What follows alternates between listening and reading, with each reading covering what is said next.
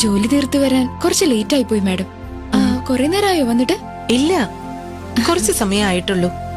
മോള് വാ, മോളെ കാണാൻ രണ്ടുപേര് കാത്തു നിൽക്കുന്നുണ്ട്. അതാരാ മാഡം? ആതിരെ അറിയുന്നവര് തന്നെയാ.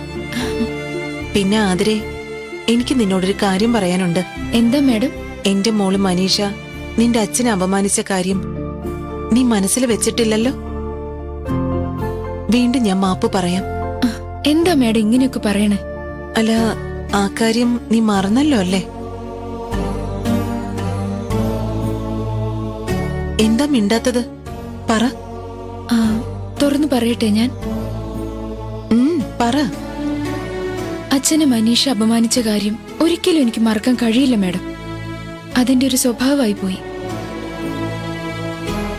മറന്നു ഞാനിപ്പോ മാഡത്തിനോട് പറഞ്ഞ അതൊരു നുണയാവും.